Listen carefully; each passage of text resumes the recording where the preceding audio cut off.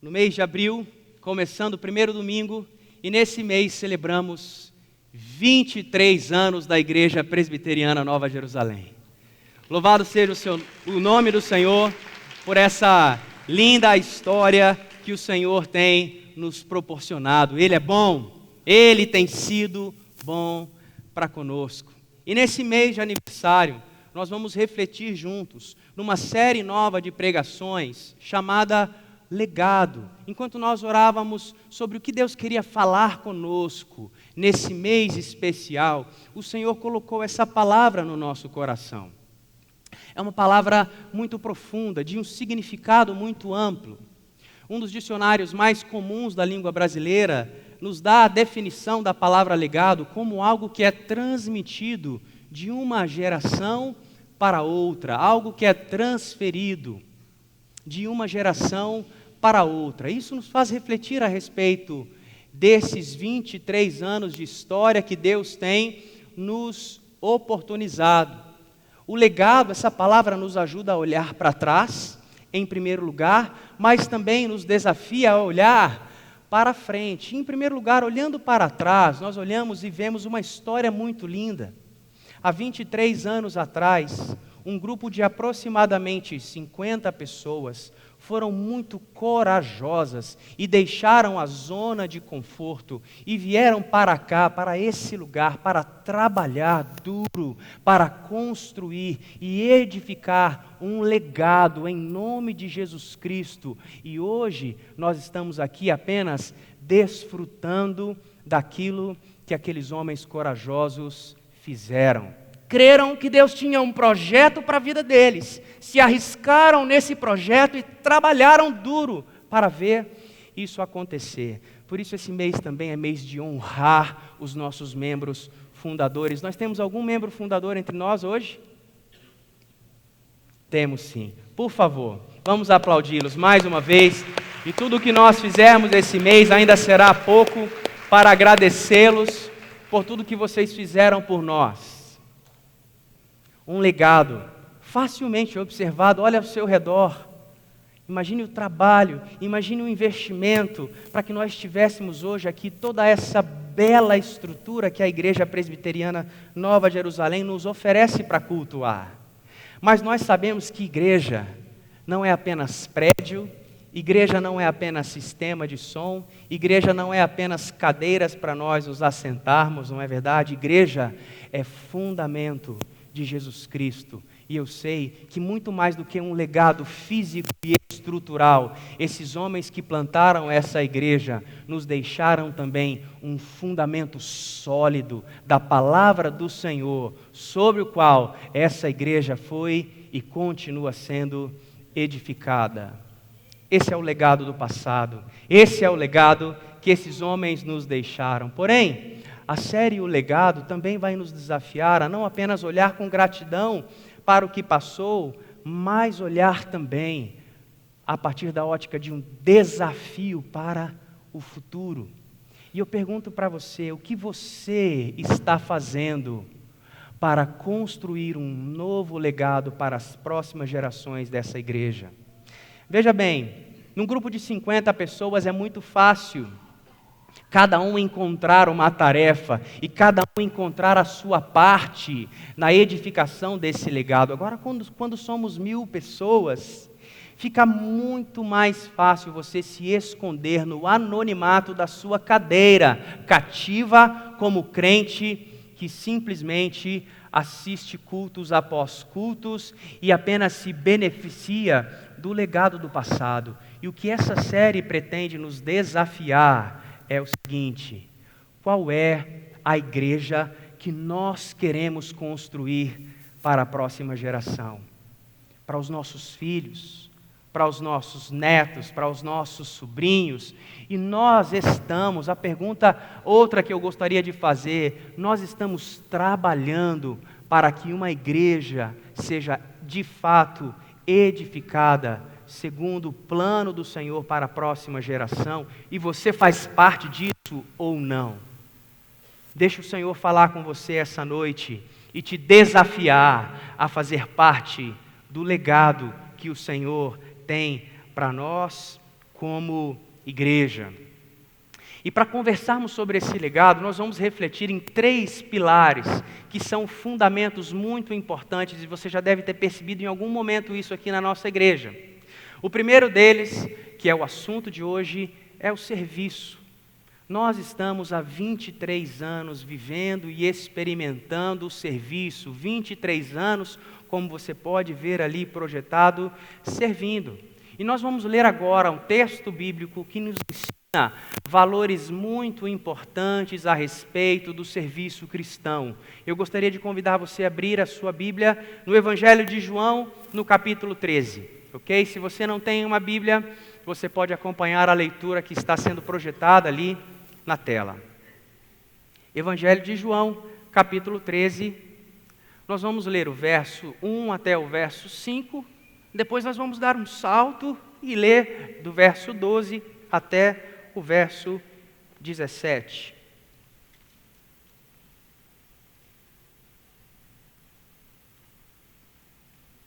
Evangelho de João, capítulo 13. Diz assim a palavra do Senhor: um pouco antes da festa da Páscoa, sabendo Jesus que havia chegado o tempo em que deixaria esse mundo e iria para o Pai, tendo amado os seus que estavam no mundo, amou-os até o fim. Estava sendo servido o jantar e o diabo já havia induzido Judas Iscariotes, o filho de Simão, a trair Jesus. Jesus sabia que o Pai havia colocado todas as coisas debaixo do seu poder e que viera de Deus e estava voltando para Deus. Assim, levantou-se da mesa, tirou sua capa e colocou uma toalha em volta da cintura. Depois disso, derramou água numa bacia e começou a lavar os pés dos seus discípulos, enxugando-os com a toalha que estava em sua cintura. Damos um salto agora para o versículo 12 e vamos ler até o 17. Quando terminou de lavar-lhes os pés, Jesus tornou a vestir a sua capa e voltou ao seu lugar. Então lhes perguntou: vocês entendem o que eu lhes fiz? Vocês me chamam mestre e senhor, e com razão, pois eu sou.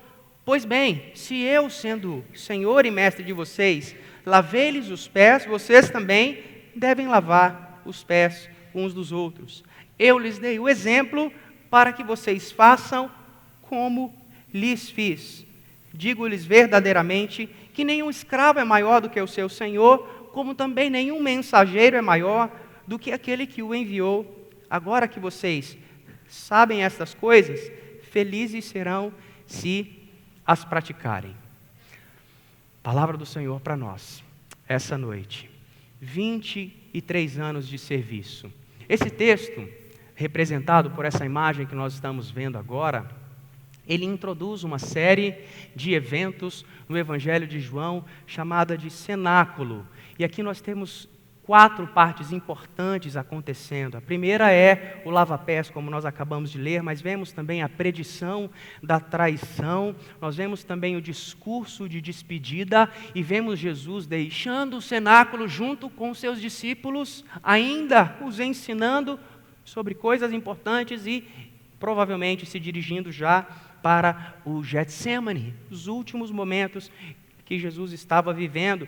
E o texto bíblico diz que Jesus estava cheio de uma profunda consciência de quem ele era e uma profunda consciência da sua missão, e ele estava para cumprir essa missão. Ele sabia que havia vindo de Deus e que voltaria para Deus, e estava perto de executar aquilo que ele disse: está consumado.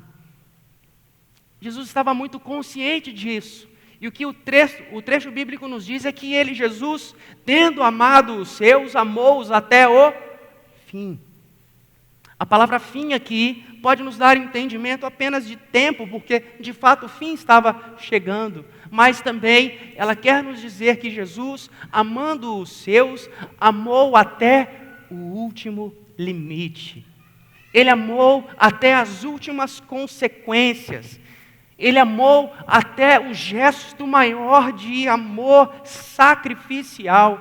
E agora, na cerimônia de lava-pés, ele vai dar uma demonstração do que isso quer dizer, da profundidade e do tamanho do seu amor para com aqueles que Deus o havia confiado. Esse acontecimento aqui, chamado de lava-pés, era uma cerimônia muito comum para o povo judeu.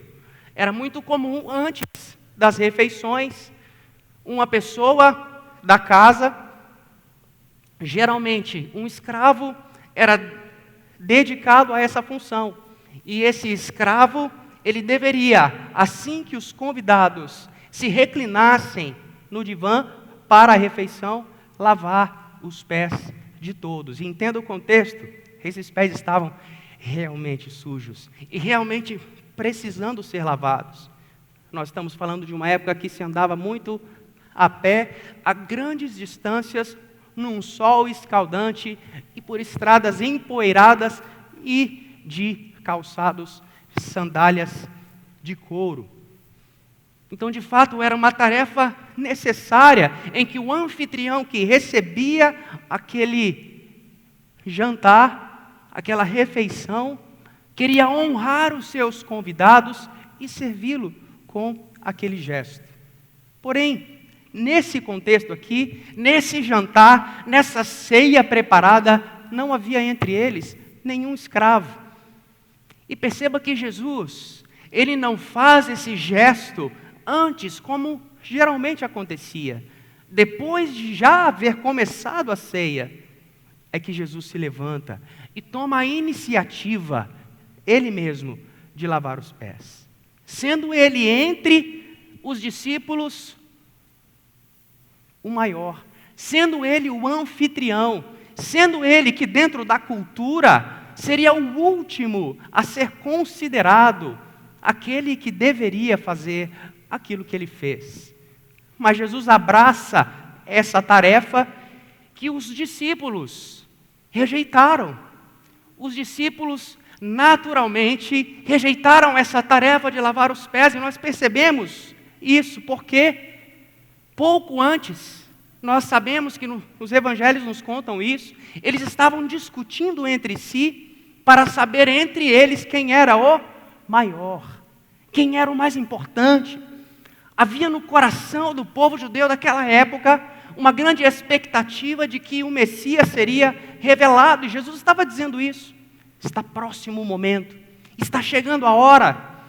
E é bem possível que eles estavam pensando a respeito disso da seguinte maneira: Jesus será alçado em breve ao grande líder religioso do nosso tempo. E se nós somos os discípulos diretos dele, quem sabe nós seremos a próxima ordem, o próximo sinédrio, aqueles que vão ditar as regras da religião no nosso tempo. Então, se eles tinham esse tipo de ambição, logo eles estavam querendo ali naquele jantar parecer importantes, parecerem dignos de uma posição especial no reino que viria. E Jesus sabia disso. Sabia que eles estavam ali agindo por ambições egoístas, cada um pensando em si mesmos. E Jesus sabia também que eles precisavam de uma lição, mas não apenas eles, mas também nós hoje aqui. Porque aquilo que Jesus faz, e aquilo era necessário, você percebe que o que ele faz em primeiro lugar, e o escravo agia dessa maneira, ele retirava a sua vestimenta superior, para depois cingir-se da toalha. E aquilo que Jesus está fazendo aqui, é aquilo que o apóstolo Paulo, é uma figura daquilo que o apóstolo Paulo diz em Filipenses capítulo 2. Ele disse o seguinte, que Jesus Cristo, mesmo sendo Deus, não considerou que o ser igual a Deus fosse algo ao qual ele deveria se apegar. Antes, ele se esvaziou e assumiu a forma de servo e foi obediente até a morte, e morte de cruz.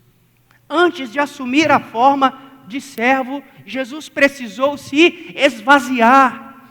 Ele precisou abrir mão dos seus direitos de Deus, dos seus direitos de pertencer ao céu. E hoje esse desafio ecoa para mim e para você. Para nós assumirmos a forma de servo e imitarmos a Jesus, como nós cantamos agora há pouco, eu quero ser como tu, quero aprender com o Senhor. Para nós fazermos isso antes, nós temos que aprender a nos esvaziarmos. Jesus nos chama para nos esvaziarmos, porque se isso não acontecer, nós seremos incapazes de assumir a forma de servos. Porque nós somos, assim como os discípulos ali naquele momento, estavam agindo por ambição egoísta, nós também somos assim. Nós agimos, e o apóstolo Paulo também, em Filipenses capítulo 2, nos diz: nada façam por ambição egoísta ou por vaidade, antes considerem os outros superiores a vocês mesmos. Paulo está dizendo isso para nós e para a igreja daquele tempo, exatamente porque ele sabia do que nós somos feitos. Somos egoístas, temos ambições egoístas e agimos por vaidade. E para aprendermos o serviço cristão e a humildade de Jesus Cristo, nós temos que entender que, em primeiro lugar, nós temos que nos esvaziar dos nossos direitos, nos esvaziar dos nossos desejos. E isso é sério, gente. Isso é muito sério. Vamos seguir em frente. Eu gostaria de apresentar para vocês rapidamente 3 lições importantes que esse texto nos deixa a respeito do serviço e da humildade cristã. O primeiro deles diz que o serviço, ele nos enobrece. Jesus está dizendo através desse texto que a humildade deve ser uma virtude perseguida. Jesus está dizendo que nós somos capazes de nos tornar mais humildes, que nós deveríamos buscar e procurar essa qualidade em nós. Só que em seguida ele começa a mostrar qual é o caminho que te leva até a humildade, que passa em primeiro lugar pelo esvaziar-se, pelo tirar a sua vestimenta superior, e que em seguida te apresenta a oportunidade de cingir-se da toalha. Aquilo que o escravo fazia de se vestir da toalha é para que ao lavar os pés, ele já pudesse ter imediatamente a toalha próxima e em seguida ele já pudesse enxugar, e ele ia lavando e enxugando os pés. E aquela vestimenta era uma vestimenta comum de alguém, de fato, que se colocava nessa condição de servo dos irmãos, de servo das pessoas. Isso me faz lembrar de uma história, e essa história me faz lembrar do caminho que nos leva a aprender um pouco mais sobre a humildade. Quando eu comecei a liderar louvor numa organização missionária que eu fazia parte há mais ou menos 20 anos atrás, lá em Belo Horizonte, eu me lembro de uma história interessante. Eu estava dirigindo o louvor e nós tínhamos cultos muito abençoados lá, grandes pregadores, os cultos realmente eles eram especiais. E por alguma razão, em algum momento, eu passei talvez a acreditar que o fato daquele culto ser especial tinha uma parcela de responsabilidade minha. E aí eu me lembro que todo fim do culto, a equipe de louvor era convidada a tocar mais uma canção, e o culto terminava, e as pessoas todas se retiravam da igreja, iam para um lugar no final, lá do lado de fora, que era um lugar de convivência, um lounge. Todo mundo ficava conversando lá, bebendo uma água, um café, e eu, é claro, junto com a igreja ia para lá. E eu me lembro que um dia, acabou o culto, como sempre, coloquei o meu violão no lugar e estava indo todo feliz na direção da conversa das pessoas lá fora. E não sei se isso já aconteceu com você alguma vez, mas é tão especial quando acontece. Sabe quando o Espírito Santo te envolve de uma maneira tão forte e você tem a sensação que Deus quer falar algo com você?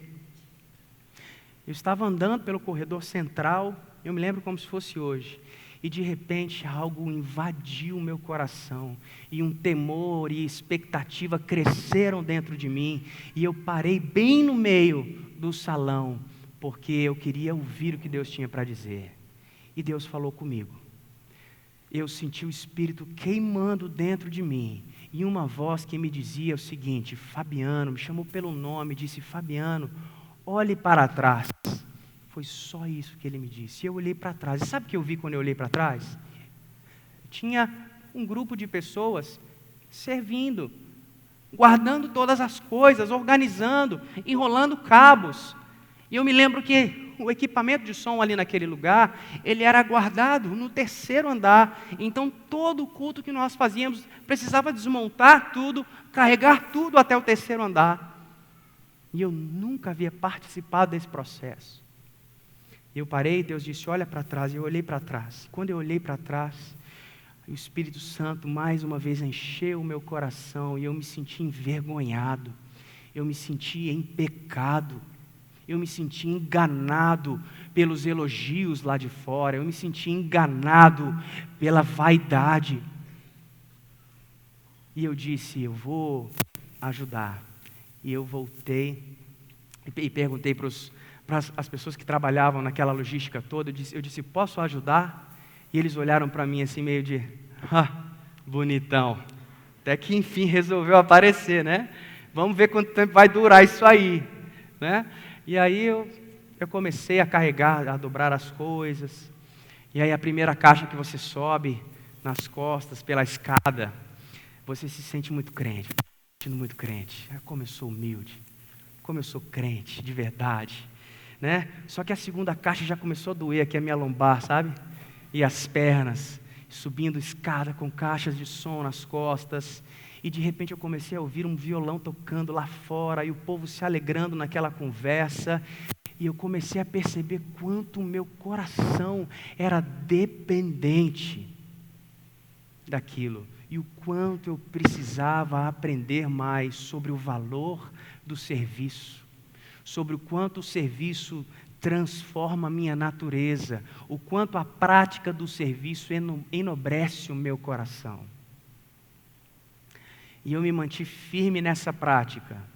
Eu me lembro que nos 2 primeiros meses eu ainda me sentia muito crente, mas daqui a pouco a saudade daquilo começou a bater, mas eu fui persistindo, e Deus agiu poderosamente no meu coração. E eu queria encorajar você a partir dessa história. Quais são as oportunidades que você está enxergando ao seu redor para assumir a forma de servo? Lembre-se que antes você vai ter que abrir mão de alguma coisa. Você vai ter que se despir de algo para poder se vestir de servo. Porque servo não é algo que nós fazemos. Servo é algo que nós somos. Jesus disse a respeito de si mesmo. Ele não disse que servia como um gesto ou uma atitude, não. Ele disse que era a sua própria identidade. Ele veio para servir e dar a sua vida em favor de muitos. E nós que nos chamamos cristãos, devemos fazer aquilo que Ele fez e dar a nossa vida também, e assumirmos também essa identidade. Nós temos, e foi divulgado hoje aqui, em breve, um mutirão, não é? De limpeza. É uma grande oportunidade para você vir e servir, mas eu queria encorajar você a não repetir uma coisa que muitos crentes hoje fazem, que é o seguinte: nós olhamos para oportunidades como essa, para fazer um pagamento de parcela única para todo o ano, não é? Eu venho aqui, eu me engajo, eu subo nas árvores, corto tudo que tiver que cortar, passo o sábado inteiro, de 8 da manhã às 17 horas, e saio daqui com a minha conta zerada a respeito do serviço cristão que eu tenho que prestar para a igreja, e posso passar o resto do ano de 2018 tranquilo. Não é assim que funciona. Não é assim que funciona, porque o serviço cristão não é a respeito de gestos pontuais. O Senhor quer que assumamos essa identidade, servos do Senhor. servos do Senhor. É engraçado que os profetas, os apóstolos, gostavam tanto de se apresentar dessa maneira, não é? Eles diziam, apóstolo Paulo, servo do Senhor. E caiu em desuso, não é? Hoje a gente usa tantos títulos mais cheios de pompa, e estamos muito mais entregues dentro da realidade evangélica brasileira a uma vaidade tão pobre. Enquanto o desafio para nós hoje é resgatarmos a profundidade desse termo e dessa identidade, servos do Senhor. Em segundo lugar, esse texto nos ensina a respeito do serviço, que o serviço é fruto de observação simples. O serviço é fruto de uma observação simples. Não sei se você já ouviu falar a respeito disso, mas a cerimônia de lava-pés, por muito tempo, houve uma discussão na igreja a respeito de alçar esse gesto à condição de um dos sacramentos da igreja, como, por exemplo, nós temos a ceia e o batismo. Mas outros estudiosos também diziam o seguinte, que, na verdade, o que Jesus queria não era instituir um cerimonial, mas ele queria comunicar um princípio muito importante que estava por trás. Tanto que Martinho Lutero, um dos reformadores, e nós como igreja reformada, não adotamos o lava-pés como uma cerimônia a ser repetida. Martinho Lutero, na história, conta que ele simplesmente redefiniu o lava-pés, e o que ele fez foi encorajar a sua própria igreja a olhar para os pobres e necessitados, e não apenas lavar os pés, mas dar um banho por completo, porque aquilo era uma necessidade real de higiene e saúde, e transmitia aquele princípio por trás do lava-pés, que era observar uma necessidade e servir, e abrir mão dos privilégios para abraçar aquele que precisa e fazer alguma coisa. Portanto, o serviço parte de uma observação muito simples. É isso que Jesus fez. Ele observou aquela necessidade e ele se prontificou imediatamente a fazer alguma coisa para atender aquela necessidade. E nós, crentes, somos muito bons em colocar defeito, em encontrar problema em todas as coisas que nós vemos na igreja, que nós consideramos errado, mas nós somos péssimos em nos oferecermos para sermos uma resposta para aquele problema que nós estamos enxergando. Podemos observar facilmente, mas não estamos prontos para dizer, eu quero fazer alguma coisa para mudar essa realidade, e eu me ofereço para fazer alguma coisa para mudar essa realidade. Foi o que Jesus fez naquela mesa, foi o que Martinho Lutero fez na sua igreja e no seu tempo. E agora eu pergunto, Igreja Presbiteriana Nova Jerusalém, nós estamos sendo sensíveis o suficiente para enxergarmos as necessidades ao nosso redor? E se nós estamos sendo, a outra pergunta é, nós estamos nos dispondo? Eu aprendi com um desenho antigo que nós assistimos lá em casa, chamado Robôs, que dizia o seguinte, o personagem principal dizia, viu a necessidade? Atenda. Viu a necessidade? Faça alguma coisa a respeito. Que o Senhor abra os seus olhos, que o Espírito Santo abra os meus olhos, para não olharmos mais para os problemas da igreja, inclusive da nossa, apenas do ponto de vista crítico, mas do ponto de vista de quem quer ser um agente de transformação e deixar o nosso próprio legado para a próxima geração. E o terceiro ponto que eu queria dizer é que o serviço, ele também promove felicidade. Jesus disse muito claramente, ele diz o seguinte, agora que vocês já sabem dessas coisas, vocês serão felizes se vocês as praticarem. Uma outra tradução diz, vocês serão bem-aventurados se vocês as praticarem. E o significado de bem-aventurados, observado de uma forma mais ampla, ele nos diz que bem-aventurado é aquele que de alguma maneira participou da perfeição e da natureza do divino. Perceba que oportunidade incrível cada vez que você se coloca como servo dos seus irmãos, cada vez que você se veste e abraça a identidade de servo, você está se tornando mais parecido com Jesus Cristo. Ou seja, você está alcançando o seu alvo, porque o nosso alvo como cristãos é dividirmos um pouco da natureza do sagrado e do divino. É experimentarmos essa consciência que Jesus tinha exatamente no momento em que lavava os pés dos discípulos, que existe uma missão divina para cada um de nós.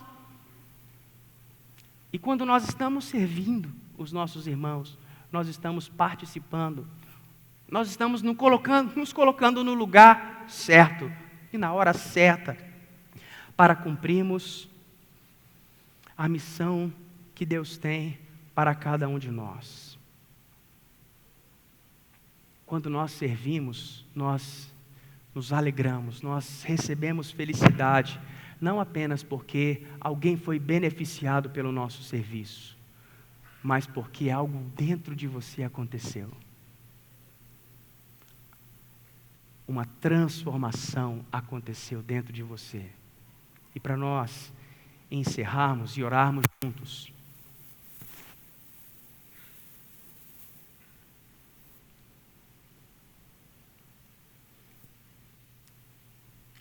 muitos cristãos hoje enxergam as oportunidades que a igreja os dá para o serviço como um peso. Não sei se você já teve, especialmente o cristão, o evangélico moderno, o evangélico pós-moderno, considera que as oportunidades de serviço que a igreja oferece são um peso. E eles até criticam aqueles que estão muito engajados na igreja, fazendo muitas coisas, trabalhando demais. Eles dizem o seguinte, que essas pessoas estão tentando fazer por merecer, tentando conquistar o favor de Deus, conquistar a salvação, e elas dizem sobre si mesmas: eu não preciso fazer isso, porque eu sou salvo pela graça, eu sou livre. Mas eu queria dizer para você, à luz desse texto que nós acabamos de ler, que todos ao redor daquela mesa, nessa ocasião do lava-pés, também eram livres. Nós de fato somos livres. Não havia nenhum escravo entre aqueles que estavam com Jesus nessa refeição. Mas o que Jesus espera de mim e de você, de fato, não é um serviço obrigatório. O serviço de um escravo é um serviço obrigado. O serviço de quem é livre é um gesto de amor voluntário. E é isso que Deus espera de mim e de você. Você é realmente livre. Você não é obrigado, e o Senhor não te obriga a nada. Mas você deve sim trabalhar. Você deve sim se envolver. Você deve sim abrir mão dos seus privilégios e dos seus direitos, como Jesus Cristo fez. Você deve sim reproduzir o exemplo do nosso Senhor, e é possível que isso custe caro para você. É possível que isso faça você abrir mão de muitos privilégios que você tem.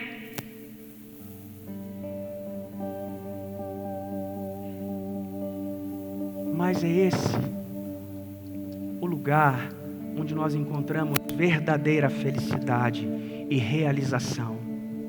Felizes, agora que vocês sabem dessas coisas, palavras de Jesus para nós, felizes são vocês se as praticarem. E eis-nos aqui, pessoas vaidosas, cheias de ambições, egoístas e pessoais, e precisamos que Jesus Cristo faça uma transformação profunda e radical no nosso coração. Vamos orar por isso? Feche os seus olhos onde você estiver.